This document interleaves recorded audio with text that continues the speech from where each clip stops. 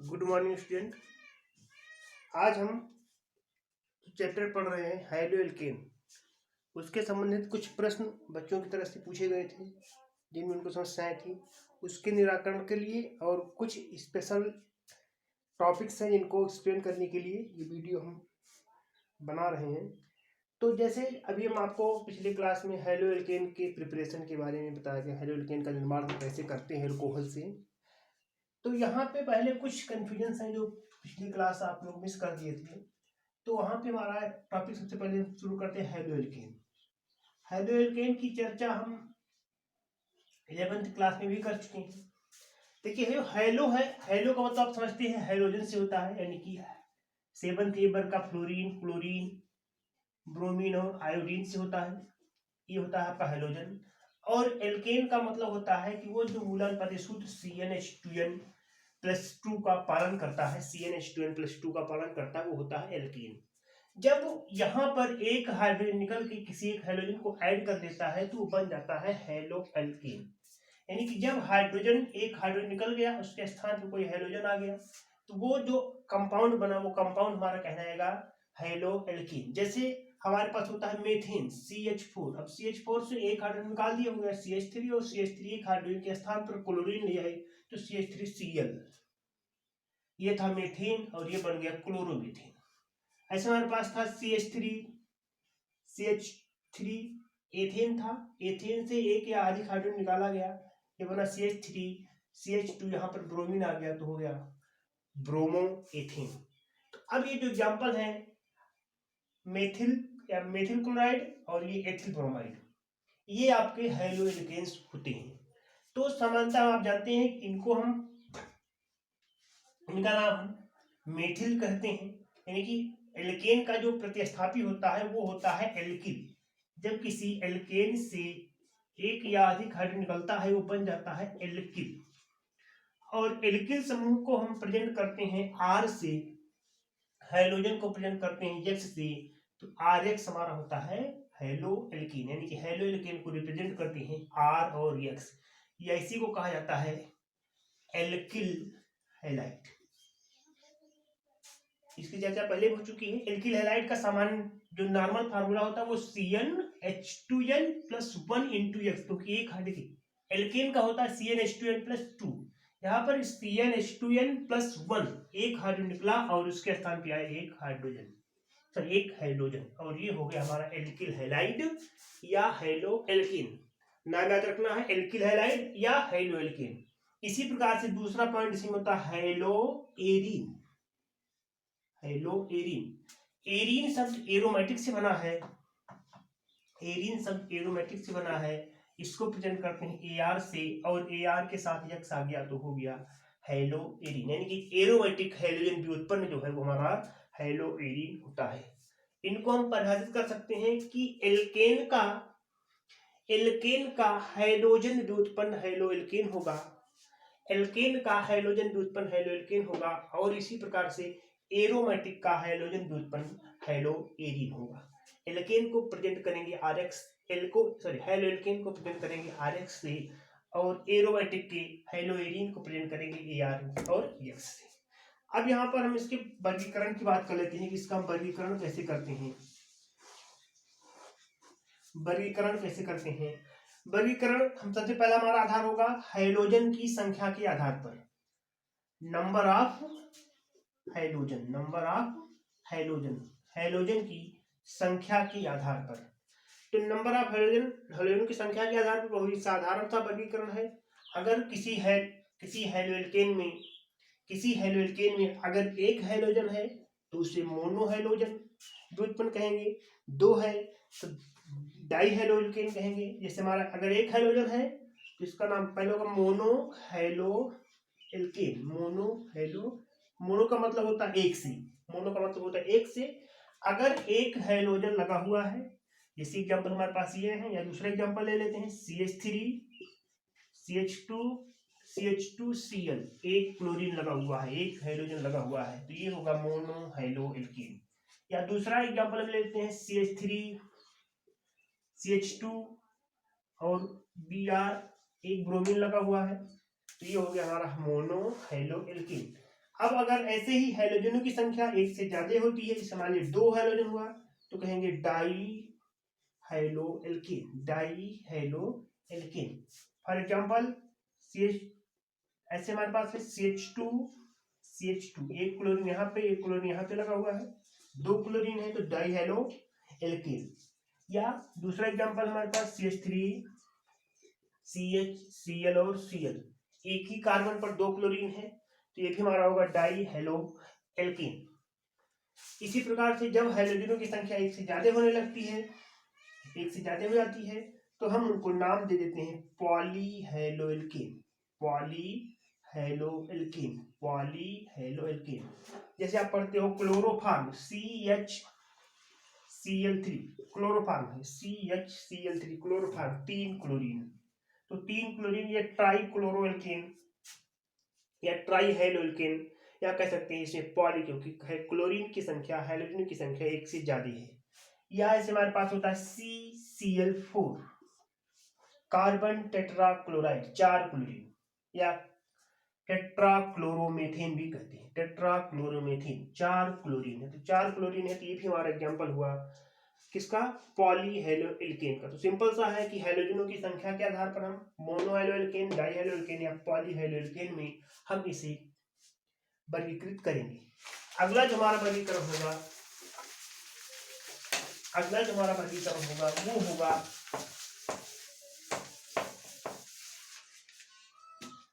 CX बंध की प्रकृति के आधार पर, CX बंध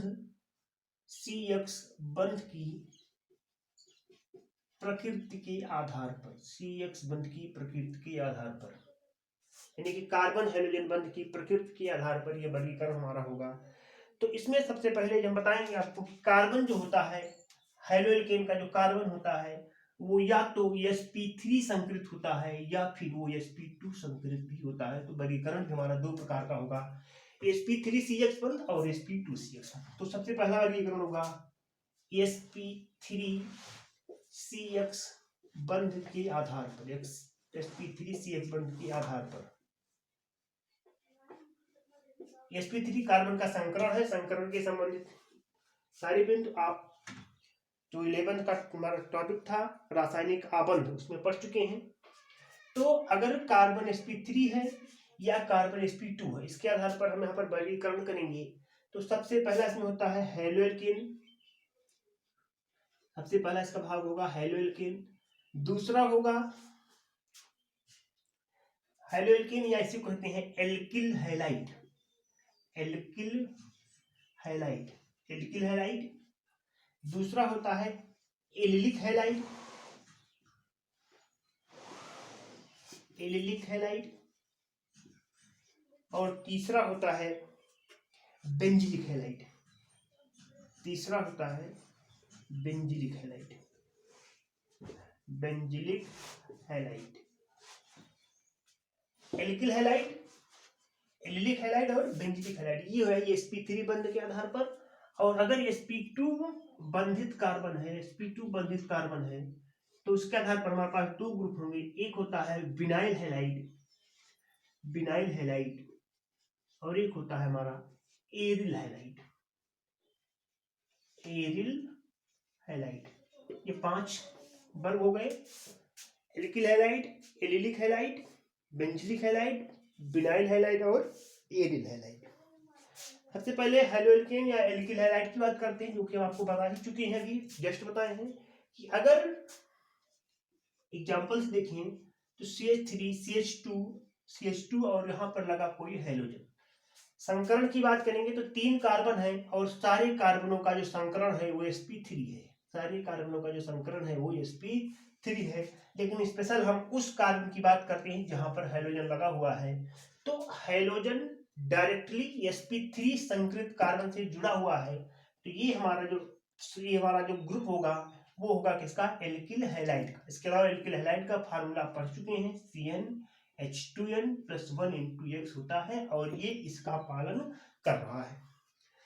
दूसरा सबसे इंपॉर्टेंट हमारा है एलिलिक हैलाइड। देखिए एलिलिक हैलाइड में जो क्या होता है कि एलिलिक हैलाइड की जो श्रृंखला होती है, एलिलिक हैलाइड की जो श्रृंखला होती है वो हमारी असंतृप्त होती है, वो हमारी श्रृंखला कैसी होती है, असंतृप्त होती है। लेकिन जिस कार्बन से हाइड्रोजन लगा होता है वो हमारा संतृप्त होता है। कहने का मतलब ये है कि अगर एग्जाम्पल से देखें तो ये कार्बन हमारा sp3 संकरित हुआ, ये कार्बन हमारा चूंकि डबल बॉन्ड है तो sp2 संकरित हुआ, और ये कार्बन भी हमारा sp2 संकरित हुआ क्योंकि यहाँ पर भी डबल बॉन्ड है। तो देखिए श्रृंखला में sp2 संकरित कार्बन है, लेकिन हाइड्रोजन का कार्बन sp3 संकरित है। तो अगर ये कंडीशन होती है कि श्रृंखला असंतृप्त है या श्रृंखला में एक sp2 कार्बन है लेकिन हाइड्रोजन जिस कार्बन से लगा हुआ है उसका संकरण sp3 है, तो उसे हम कहते हैं एलिलिक हैलाइड। इसी प्रकार से बेंजिलिक हैलाइड की बात करेंगे। बेंजिलिक नाम ही आ रहा है कि बेंजीन होगा, बेंजीन है या कोई भी एरोमेटिक रिंग है, लेकिन जो हाइड्रोजन है वो किसी sp3 कार्बन से लगा हुआ है। हम जानते हैं कि यहाँ पर बेंजीन में 1 2 3 4 5 6 कार्बन है, 6 कार्बन परमाणु है, और रिंग के सभी कार्बनों पर sp2 संकरण है। रिंग के सभी कार्बन पर जो कि डबल बॉन्ड है तो सभी 6 कार्बनों पर sp2 संकरण है। लेकिन अगर इस कार्बन की बात करते हैं तो ये कार्बन चूंकि सिंगल बॉन्डेड है इसलिए इस पर संकरण कैसा है, sp3 है। तो बात वही आ गई, हाइड्रोजन का कार्बन sp3 है लेकिन उसके पीछे की जो श्रृंखला है उसमें sp2 कार्बन है और इसमें बेंजीन रिंग है, तो ये हमारा होगा बेंजिलिक हैलाइड। या दूसरा एग्जांपल देखते हैं तो बेंजीन रिंग और बेंजीन रिंग के साथ में एक ऐसा कार्बन जिस पर sp3 संकरण है, एक ऐसा कार्बन जिस पर sp3 संकरण है यानी कि ये कार्बन, और इस कार्बन से लगा हुआ ये हाइड्रोजन, लेकिन श्रृंखला हमारी अनसैचुरेटेड यानी कि sp2 कार्बन के साथ है, तो ये होगा बेंजिलिक हैलाइड। यानी कि रिंग sp2 कार्बन से बनी लेकिन हाइड्रोजन जिस कार्बन से जुड़ा वो कार्बन हमारा sp3 हुआ, तो ये कहलाएगा बेंजिलिक हैलाइड। अब आएंगे बिनाइल हैलाइड, और बिनाइल हैलाइड को समझने के लिए हम एलिलिक और बेंजिलिक हैलाइड का सहारा लेंगे। हम यहाँ पर बात करते हैं इसी एग्जाम्पल की। इस एग्जाम्पल को हम यहाँ लाए CH2CH double bond, CH2CH double bond, और फिर यहाँ पर CH2 और X, वो वहां इस एग्जाम्पल में। अगर इस हाइड्रोजन को हम इस कार्बन से हटा करके यहां लगाते हैं, यहां पर लगाते हैं, इस कार्बन से हटा के यहां पे लगाते हैं, यानी कि आप जानते हैं कि डबल बॉन्ड का कार्बन हमारा sp2 है और ये कार्बन कैसा है, sp2 है।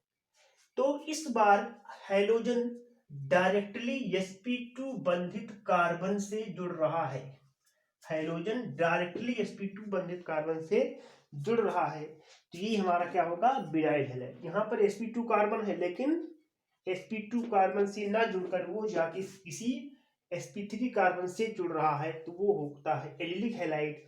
और अगर डायरेक्टली, जैसे हमको किसी को कोई चीज देनी है तो अगर हम उसको डायरेक्टली दे दिए, खुद हमको देना है, हमें उसको सीधे दे दिए यानी कि sp2 और हाइड्रोजन के रूप में, तो वो बिनाइल की कंडीशन हुई। और अगर हम किसी माध्यम से जोड़ रहे हैं यानी कि हमने आपको दिया, आपने उसको दिया, तो वो कंडीशन होती है एक माध्यम के द्वारा यानी कि sp2 से sp3 और तब हाइड्रोजन लगा, तो वो कंडीशन होती है एलिलिक की। और अगर डायरेक्टली अटैच्ड है sp2 कार्बन से तो कहेंगे बिनाइल हैलाइड, यानी कि जब हाइड्रोजन डायरेक्टली sp2 कार्बन से अटैच होगा तो वो होगा बिनाइल हैलाइड।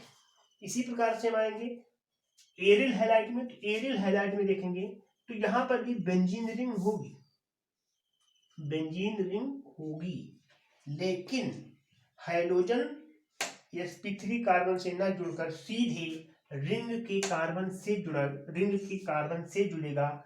और हम जानते हैं कि रिंग का कार्बन कैसा है, sp2 बंधित है, तो यानी कि यहाँ पर भी जब हाइड्रोजन डायरेक्टली sp2 कार्बन से जुड़ रहा है तो वो होगा एरिल हैलाइड। नेक्स्ट हम नामकरण की बात करते हैं। तो नामकरण का वीडियो तो हम ऑलरेडी आपको दे चुके हैं, कुछ कंफ्यूजन थे, कुछ एग्जाम्पल भी पूछे गए थे, उनके लिए एक बार चर्चा कर लेते हैं। तो इनका नामकरण बहुत ही सिंपल तरीके का होगा कि हम आपको याद करा दें कि ये है हमारा टॉपिक हाइलो एल्केन, और इसका दूसरा नाम हम दे रहे हैं एल्किल हैलाइड। एल्किल हैलाइड नामकरण में आपको कुछ नहीं करना है, दो नाम याद रखना है, हैलोएल्केन और एल्किल हैलाइड। ये IUPAC का फॉर्मेट है, यानी कि जब हम नाम को IUPAC पद्धति में लिखेंगे तो सबसे पहले हैलोजन और बाद में एल्केन लिखेंगे। अगर साधारण नाम लिखेंगे तो पहले एल्किल और बाद में हैलाइड लिखेंगे। एग्जाम्पल समझिए कि हमारे पास है CH3, CH2, CH2 और Br। अगर पूछे कितने कार्बन तो आप कहेंगे 3 कार्बन। आगे क्या लगा तो क्या लगा, ब्रोमीन लगा। 3 कार्बन और ब्रोमीन, 3 कार्बन का आप जानते हैं प्रीफिक्स क्या होता है, प्रोपेन होता है। तो 3 कार्बन का वर्ड रूट प्रोपेन होता है। अब अगर इसका नाम IUPAC के फॉर्मेट पे लिखना है तो याद करना है हैलो एल्केन। यहाँ पे हैलोजन का है ब्रोमो। फिर से सुन लीजिए कि अगर ये IUPAC फॉर्मेट पे लिखना है, नाम आपको याद रखना है हैलो एल्केन। तो हैलो एल्केन लिखना है तो हैलो यहाँ पे क्या है, हैलो है ब्रोमो, हैलो है ब्रोमो और 3 कार्बन। तो 3 कार्बन का एल्केन क्या होता है वो, तो 3 कार्बन का एल्केन होता है प्रोपेन, नाम हो जाएगा ब्रोमो प्रोपेन। इसी का नाम अगर हम साधारण नाम पद्धति में लिखते हैं तो याद करना है एल्किल हैलाइड। तो हैलाइड का मतलब ब्रोमाइड, यहाँ पर ब्रोमीन लगा तो ब्रोमाइड, और 3 कार्बन है तो प्रोपेन। तो प्रोपेन का जो सफिक्स वर्ड होगा वो होगा यहाँ पे प्रोपिल, कहेंगे इसको हम प्रोपिल ब्रोमाइड। प्रोपिल ब्रोमाइड बिल्कुल सिंपल सा है कि IUPAC का नाम हैलो एल्केन की फॉर्मेट ब्रोमो प्रोपेन लिखा जाएगा, और इस तरह से अगर कॉमन नेम लिखेंगे तो प्रोपिल ब्रोमाइड लिखा जाएगा। फिलहाल कुछ और कॉमन एग्जाम्पल की बात कर लेते हैं। हमारे पास है CH3, CH2, CH2, CH2, CH, Br और यहाँ पर CH3। यहाँ पे हम देखेंगे तो यहाँ पर भी ब्रोमीन लगा हुआ है। कार्बनों की संख्या काउंट करेंगे तो यहाँ से करेंगे 1 2 3 4 5 एंड 6, तो 6 कार्बन हेक्सेन हुआ। लगा हुआ ग्रुप क्या है, ब्रोमीन है। सीधे नाम में किस पर है तो 2 पर है, तो इसका सीधा नाम हुआ 2 ब्रोमो हेक्सेन, 2 ब्रोमो हेक्सेन। इसके अलावा बहुत सारे एग्जांपल्स आपको नॉमेनक्लेचर के वीडियो में सेंड किए जा चुके हैं, आप एक्सरसाइज को सॉल्व कीजिए। और फिर अगला हमारा जो वीडियो कल की क्लास में दिया गया था वो था प्रिपरेशन को लेके था। तो प्रिपरेशन में आपको हम 2 विधियां बता चुके हैं। एक बता चुके हैं डार्जिन अभिक्रिया, और दूसरी आपको बताई गई है ZnCl2 के साथ HCl।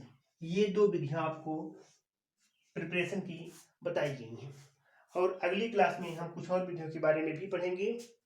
तब तक आप इस पूरी वीडियो को बेहतर तरीके से तैयार करिए। धन्यवाद।